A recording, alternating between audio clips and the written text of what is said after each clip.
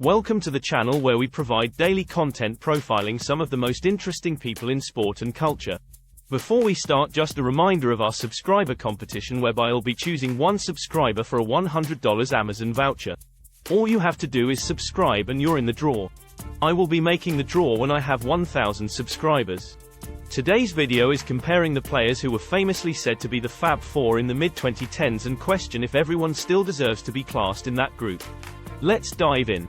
The Fab Four was a term coined by former Test batsman Martin Crowe in 2014 to describe an elite group of batsmen: Virat Kohli, Steve Smith, Kane Williamson and Joe Root.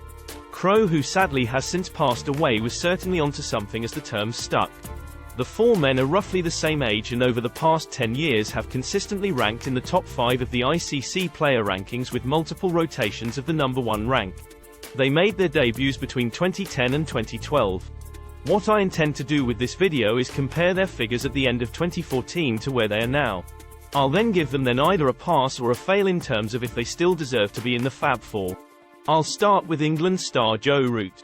Joe Root's Test batting average at the end of 2014 was 50.9.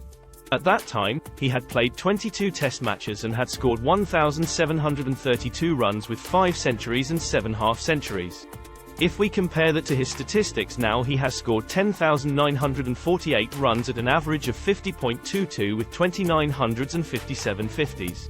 Root's consistency at the top of the game has been remarkable. Although he has played more Test matches than the others, you can't ignore the sheer weight of runs he has scored in the last 10 years, all around the world. With that in mind, he gets a pass from me and remains in the Fab Four. Next I'll move on to the Kiwi great, Kane Williamson. Williamson for me is almost like the quiet assassin out of the group.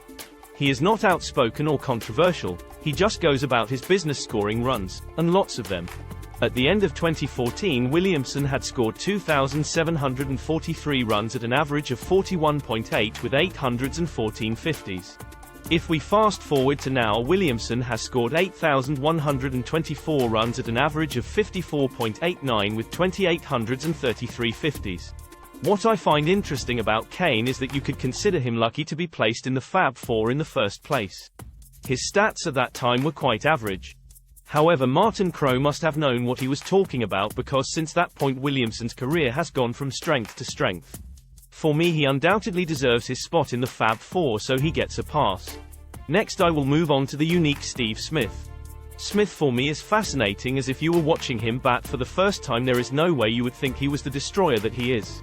You wouldn't find his technique in any coaching manual, and for me he is the most unattractive to watch out of the four. Someone once said that they would fly around the world to watch Mark Waugh bat, but they wouldn't watch Steve Waugh in their own garden. Smith is a bit like that for me. I find his technique quite awkward to watch and he never makes me rush to watch highlights of his batting. With that said, however, you cannot fault him for his run-making abilities, so let's look at the stats. By the end of 2014, Smith had scored 2,116 runs at an average of 50.3 with 709 50s. Fast forward to today and Smith has a quite astonishing average of 59.8 after scoring 8,792 runs with 3,037 50s. Although his average has dropped under 60 for the first time in a while, you cannot argue with his statistics, and for me he has to remain in the Fab Four. So last but not least we move on to the Indian maestro Virat Kohli. Firstly, I have to confess to some bias. Although I am English, I love watching Kohli bat. His intensity and style is head and shoulders above the rest in my eyes. Comparing Smith and Kohli batting is like comparing ballet to a mosh pit.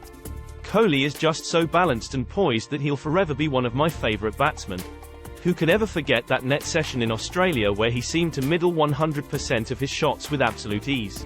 With that bias aside, let's have a look at the statistics. At the end of 2014, Kohli had scored 2,354 runs at an average of 44.4 with 910 50s. If we compare that to where he is now, and Kohli has scored 8,416 runs at an average of 48.93 with 2,828 50s. With Kohli there is no hiding from the fact his form has dropped in recent years. As an example, his average between 2020 and 2022 was just 26.2. His recent century against Australia reminded the world of his class, however.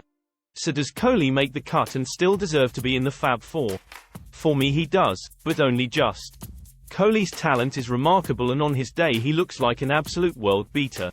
I am backing him to have a strong 2023 and confirm his seat at the table of the Fab Four. If he doesn't have a strong 2023, there is a certain Pakistani batsman who may be pushing him out of the conversation for good. Thanks for watching, fellow cricket fans, and don't forget to subscribe for a chance to win $100 in Amazon vouchers.